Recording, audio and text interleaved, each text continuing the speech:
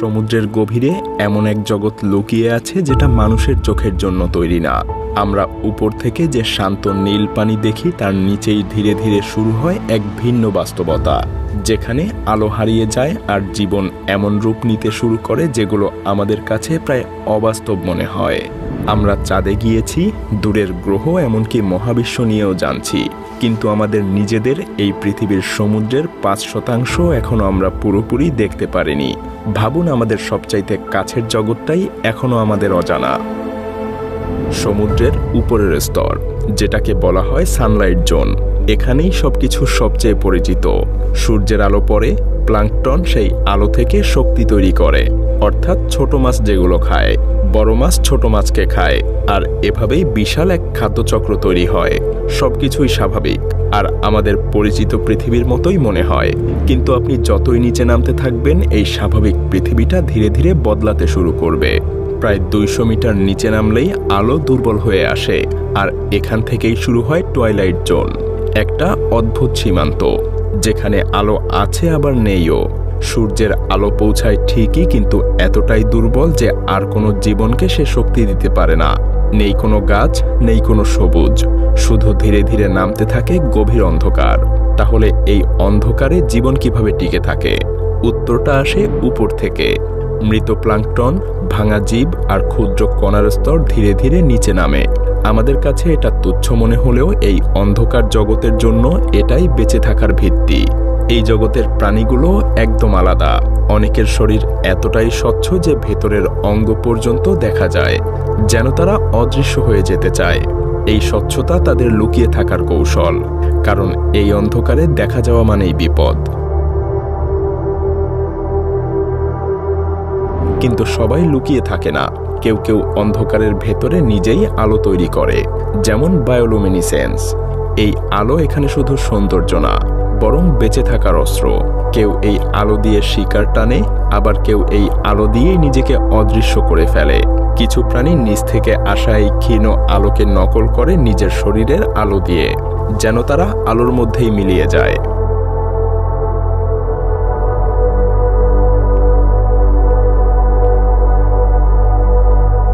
আরও আছে এক বিশাল রহস্য। প্রতিদিন রাত নামলেই বিলিয়ন বিলিয়ন প্রাণী এই অন্ধকার স্তর থেকে উপরের দিকে উঠে আসে। মাছ, স্কুইড, জেলিফিশ সবাই একসাথে। তারা খাবারের খোঁজে আসে, আর ভোর হলেই সবাই মিলে আবার নিচে চলে যায়। এই ঘটনাকে বলা হয় ভার্টিক্যাল মাইগ্রেশন, পৃথিবীর সবচাইতে বড় প্রাণী চলাচল। মজার বিষয় হলো, এটা এত বিশাল যে একসময় সোনার মেশিন এই প্রাণীদের ঝাঁককে সমুদ্রের তলদেশ ভেবেই ভুল করেছিল। এই টুয়াইলাইট জোনই সেই জায়গা যেখানে পৃথিবীর পরিচিত নিয়ম ভেঙে যেতে শুরু করে। এখানে স্বচ্ছতা হয়ে যায় বর্ম, আলো হয়ে যায় লুকানোর উপায়, আর জীবন এমনভাবে বদলে যায় যেটা আমরা এখনো পুরোপুরি বুঝতে পারিনি। আর এই সীমান্তের নিচে অপেক্ষা করছে আরও গভীর, আরও অন্ধকার আর আরও অজানা এক জগৎ। টুয়াইলাইট জোন পার হওয়ার পর সমুদ্রের ভেতরে এমন এক স্তর শুরু হয় যেখানে আলো বলে আর কিছুই থাকে না। এই জায়গাটাকেই বলা হয় মিডনাইট জোন। এখানে কোনো সকাল নেই, কোনো বিকেল নেই, শুধু একটানা অন্ধকার। সূর্যের আলো এখানে কোনোদিনই পৌঁছায় না। তাপমাত্রা প্রায় হিমাঙ্কের কাছাকাছি, আর চাপ এতটাই বেশি যে মানুষের শরীর এখানে এক মুহূর্তও টিকতে পারবে না। তবুও এই অসম্ভব পরিবেশেও জীবন কিন্তু থেমে নেই, বরং তারা আরও অদ্ভুতভাবে নিজেদেরকে বদলে নিয়েছে। এই স্তরের প্রাণীগুলো বেঁচে থাকার জন্য আশ্চর্য সব কৌশল ব্যবহার করে, যেমন ড্রাগন ফিশ, একটা ছোট কিন্তু ভয়ঙ্কর শিকারী, যে এমন এক ধরনের আলো তৈরি করতে পারে যা অন্য কোনো প্রাণী দেখতে পায় না। ফলে সে শিকারীকে সহজেই দেখতে পারে, কিন্তু শিকার তাকে দেখতে পারে না। অন্ধকারের ভেতরেই সে নিজের জন্য এক গোপন সুবিধা তৈরি করে নেয়।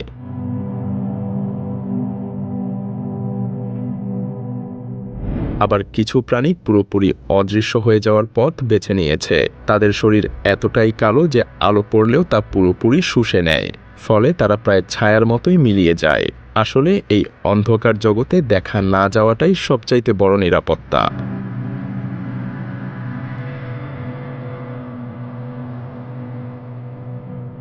এই স্তরের সবচাইতে অদ্ভুত শিকারীদের একটা হলো অ্যাঞ্জেল ফিশ। তারা নিজের মুখের সামনে ছোট একটা জলজলে অংশ ঝুলিয়ে রাখে, যেটা দেখে শিকার তাদের কাছে আসে। কিন্তু এর থেকেও অদ্ভুত হলো তাদের প্রজনন পদ্ধতি। পুরুষ মাছ স্ত্রী মাছের সাথে লেগে গিয়ে ধীরে ধীরে তার শরীরের সাথে জোড়া লেগে তার শরীরের অংশই হয়ে যায়, আর আজীবন শুধু প্রজননে সাহায্য করে।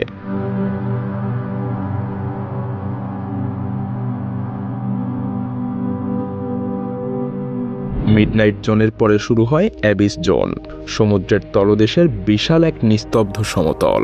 এখানে আলো নেই, খাবার খুবই কম, আর জীবনও খুব ধীরে চলে।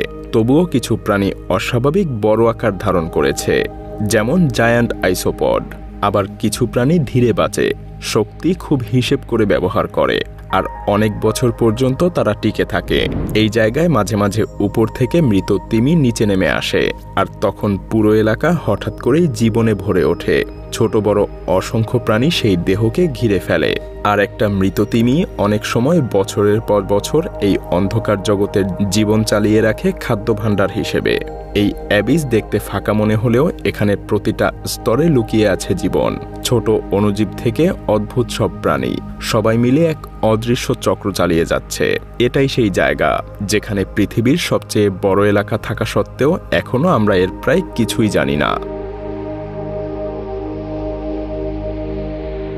আর এর নিচেই অপেক্ষা করছে আরও গভীর, আরও চাপের এবং আরও রহস্যময় এক জগৎ। অ্যাবিসের পরে শুরু হয় সমুদ্রের সবচাইতে গভীর আর সবচাইতে রহস্যময় স্তর, হাডাল জোন।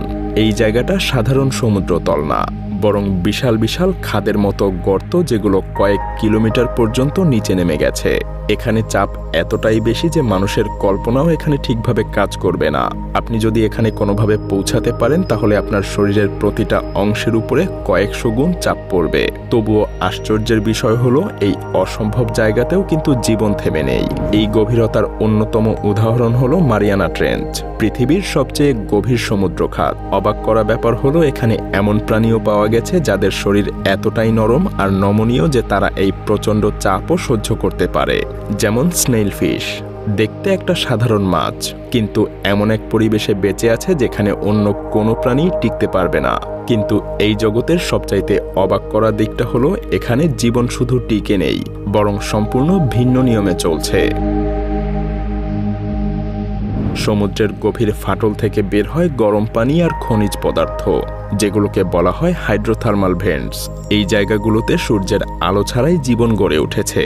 এখানে অণুজীবরা রাসায়নিক শক্তি ব্যবহার করে বেঁচে থাকে, আর সেই অণুজীবকে ঘিরেই তৈরি হয় পুরো খাদ্যচক্র। অর্থাৎ এই জগতের জীবনের জন্য কোনো সূর্যের দরকার নেই। এই ধারণাই আমাদের পুরো চিন্তাধারাকে বদলে দেয়। কারণ যদি পৃথিবীর এত গভীরে এত চরম পরিবেশেও জীবন থাকতে পারে, তাহলে মহাকাশের বরফ ঢাকা গ্রহ বা চাঁদগুলোর নিচেও কি এমন কোনো জীবন থাকতে পারে না? এ কারণেই বিজ্ঞানীরা এই গভীর সমুদ্রকে শুধু পৃথিবীর অংশ হিসেবেই দেখছে না। এটা যেন একটা জানালা, যেখান থেকে আমরা পুরো মহাবিশ্বকে বুঝতে পারি। কিন্তু এত কিছুর পরেও এই সমুদ্র জগৎ এখনো প্রায় অজানা। আমরা এর খুব ছোট একটা অংশই দেখতে পেরেছি, বাকিটা এখনো অন্ধকারে ঢাকা। সমুদ্রের এই গভীর স্তরগুলো আমাদেরকে একটা জিনিস পরিষ্কার করে দেয়, আমরা যতই উন্নত হই, পৃথিবীর অনেক রহস্য এখনো আমাদের ধরাছোঁয়ার বাইরে। সমুদ্র শুধু পানি না, এটা সম্পূর্ণ আলাদা এক পৃথিবী, যেখানে প্রতিটা স্তরে নতুন নিয়ম, নতুন জীবন, নতুন রহস্য অপেক্ষা করে। আর হয়তো আমরা এখনো সেই গল্পের শুরুতেই আছি।